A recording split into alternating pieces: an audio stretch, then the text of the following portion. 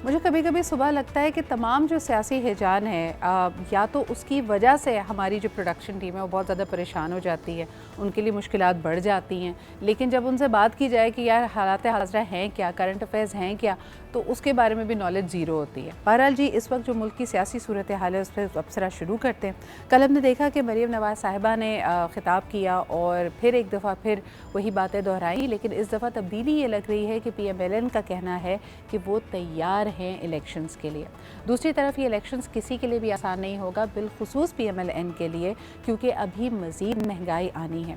आपको बताते चले कि FBR को मज़ीद ये इंस्ट्रक्शन दे दी गई है कि 25% तक हो सकता है टैक्सेस में हाइक हो। लग्जरी आइटम्स, ये भी एक मेरे ख्याल में डिबेटेबल इशू है कि एग्जैक्टली लग्जरी आइटम है क्या। जो आपकी रोज़मर्रा की ज़रूरियात की चीज़ें हैं वो भी अब यानी कहीं ना कहीं किसी को लगता है कि वो लग्जरी की मद में आती हैं, उनकी कीमतें ऊपर जाने का अंदेशा है। और एक दफ़ा फिर शहबाज शरीफ साहब ने कहा है कि कौम तैयार हो जाए, किफ़ायत शारी के लिए कैबिनेट भी तैयार है, लेकिन कौम को भी मज़ीद कुर्बानियाँ देनी पड़ेगी। इस पर एक सख्त रद्द अमल कप्तान इमरान खान का आया। उन्होंने कहा कि ये कुर्बानियाँ देने की शुरुआत ये सियासतदान ख़ुद क्यों नहीं करते। नज़र ये आ रहा है कि अपने ही टर्म में बाहर जाने वाले कई सियासतदानों के रिश्तेदार, उनके पास क्यूमुलेटिव वेल्थ बहुत ज़्यादा है। ये वेल्थ कोई उनकी अपनी तो नहीं है, ये पाकिस्तान से लूटी हुई दौलत है, लेकिन आज भी मजबूर अवाम से ही कुर्बानियाँ मांगी जा रही हैं। इस पर बात करते हैं। हमारे साथ मौजूद हैं पाकिस्तान तहरीक इंसाफ के सीनियर रहनुमा जनाब इफ्तिखार दुरानी साहब। अस्सलाम वालेकुम इफ्तिखार साहब। जी, कैसे हैं आप? बिल्कुल ठीक ठाक सर। एक रद्द अमल कल कप्तान का आया और हमने देखा कि हुकूमत ने तो इंदिया दे दिया है कि महंगाई मज़ीद बढ़ेगी। इस वक्त आपके जो अवामी राब्ते हैं, लोगों का इस वक्त क्या पर्सपेक्टिव है, लोग क्या सोच रहे हैं? बिस्मिल्लाहिर्रहमानिर्रहीम जी, ये एक बड़ा सीरियस इशू पाकिस्तान में इमर्ज हो रहा है, जो कि आपकी जो रोज़ाना का रहन सहन है वो गरीब आदमी के लिए ऑलमोस्ट नामुमकिन हो गया है।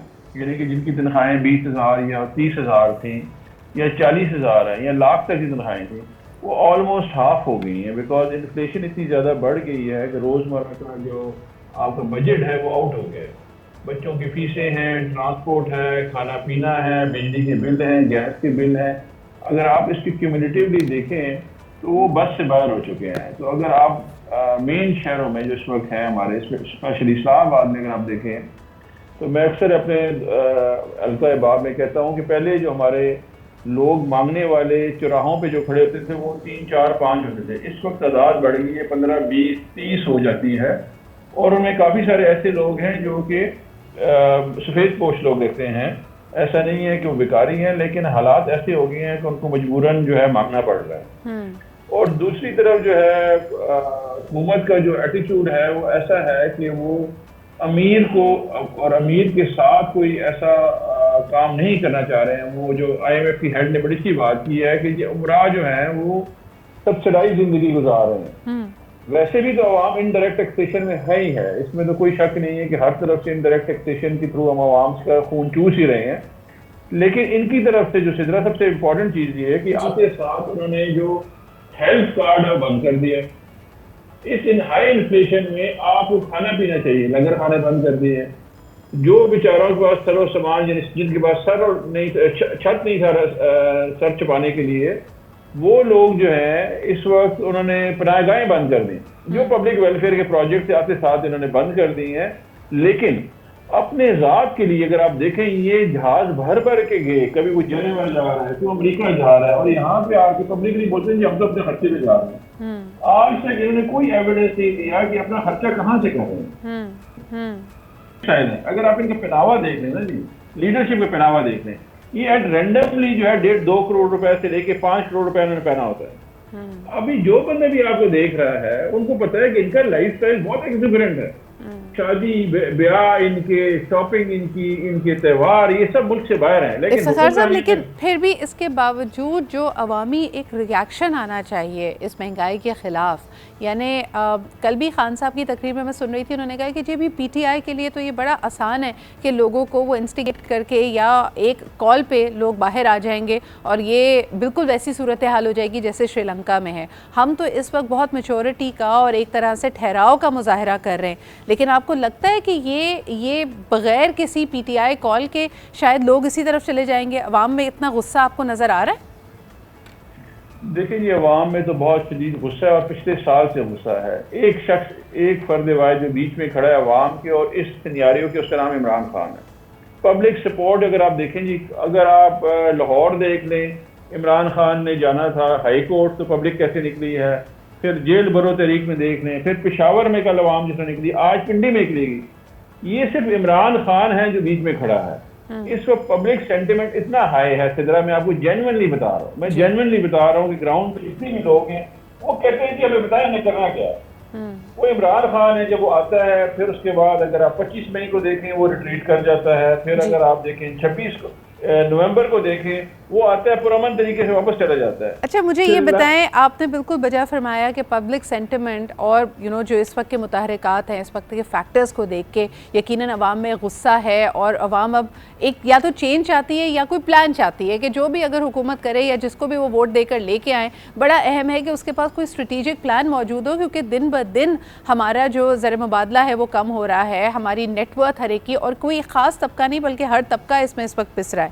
लेकिन मुझे बताइए, आईनी तौर पे क्या आप वाकई समझते हैं कि जो सदर मुमलिकत ने तारीख दी है उस तारीख पे इलेक्शंस होंगे, या अभी भी बैक एंड फोर्थ होता रहेगा, मज़ीद और इस पे डिबेट होती रहेगी कि नहीं जी क्या ये उनका ज्यूरिसडिक्शन था कि वो ये तारीख दे सकते हैं या नहीं? इस वक्त बहस इस बात पे हो रही है सिवाय इसके कि इलेक्शंस नहीं कराए जाएं।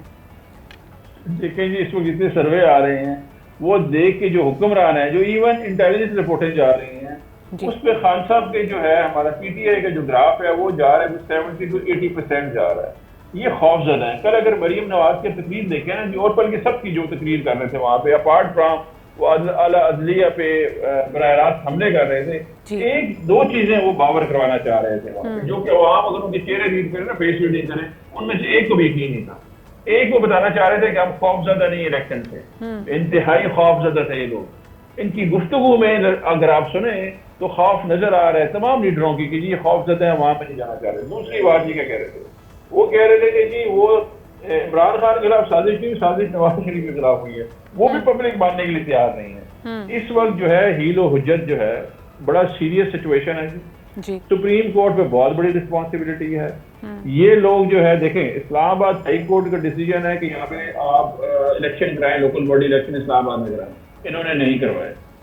ये बाय इलेक्शन कराने के चक्कर में रहते हैं, लेकिन ये जनरल इलेक्शन जो कि इस वक्त खैबर पख्तूनख्वा पंजाब से ये भाग रहे हैं।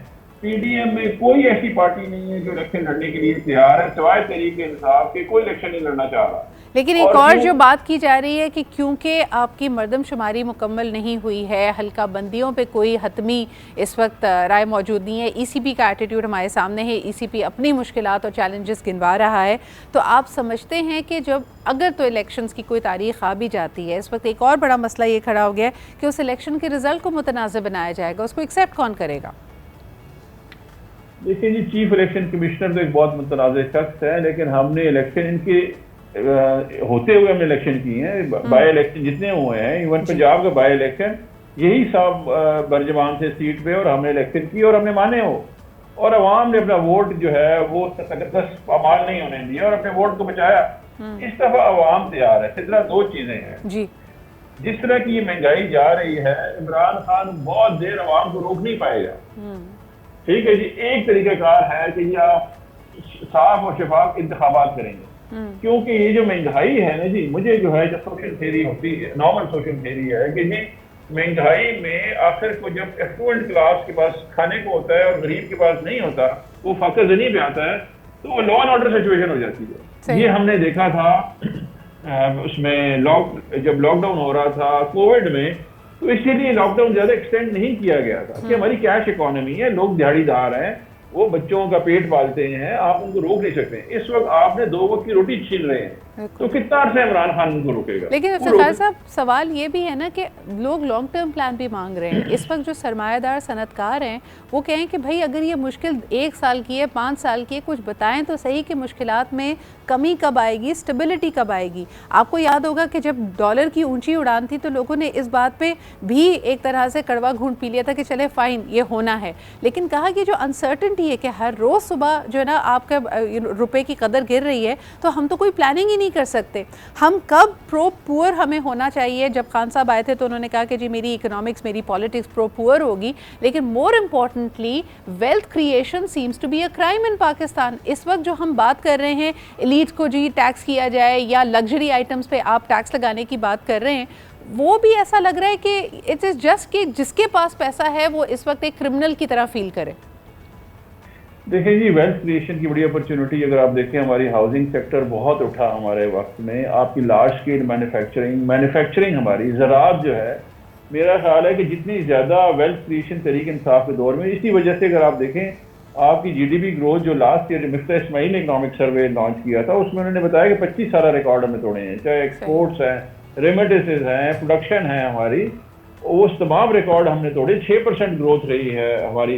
लेकिन जैसे ही हम टेक ऑफ कर रहे थे, इन्होंने रजीम चेंज के थ्रू हमारे पर मुसलत हो गए। देखें पाकिस्तान में इस वक्त जो है, स्पेशली फैसलाबाद में जो कि टेक्सटाइल इंडस्ट्री थी, वहाँ पे आपको लेबर नहीं मिल रहा था, वर्कर नहीं मिल रहा था जी। अभी इस वक्त आप सारे के सारे ले ऑफ करके बैठे हैं। कराची जो जिसमें आप शहर में आप हैं, अगर आप बिजनेसमैन से पूछें उस वक्त भी, तो देवर क्रिएटिंग वेल्थ, सारे काम कर रहे थे। जितने आपके बड़े जो इंडस्ट्रियलिस्ट थे वो सारे खुश थे। पाकिस्तान जो है रिकॉर्ड ग्रोथ कर रहा था।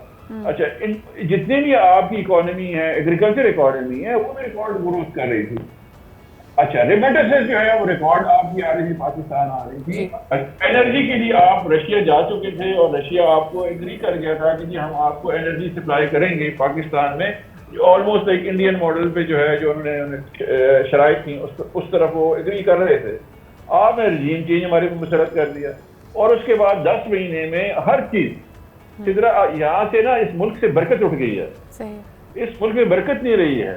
अल्लाह मियाँ ने हमारे पर जो हुक्मरान लेके आए हैं, जो हमारे पर मुसलत हुए हैं, साथ साथ ऐसे हुक्मरानों के अगर ऐसे उनके हों, अमाल हो, तो मुल्क में बरकत कहाँ रहती है? इस्लामिक जमहूरियत। चले इफ्तिखार साहब, ये थोड़ा सा ज़ाती उनका फेल हो जाएगा, लेकिन बहरहाल आपका मौक़िफ़ आ गया। बहुत शुक्रिया हमारे साथ पार्टिसिपेट करने के लिए और एक दफ़ा फिर इस बात को बावर कराने के लिए कि देखिए जी, पाकिस्तान की इस्तेहकाम के लिए बहुत ज़रूरी है कि जल्द अज जल्द इलेक्शंस कराए जाएँ।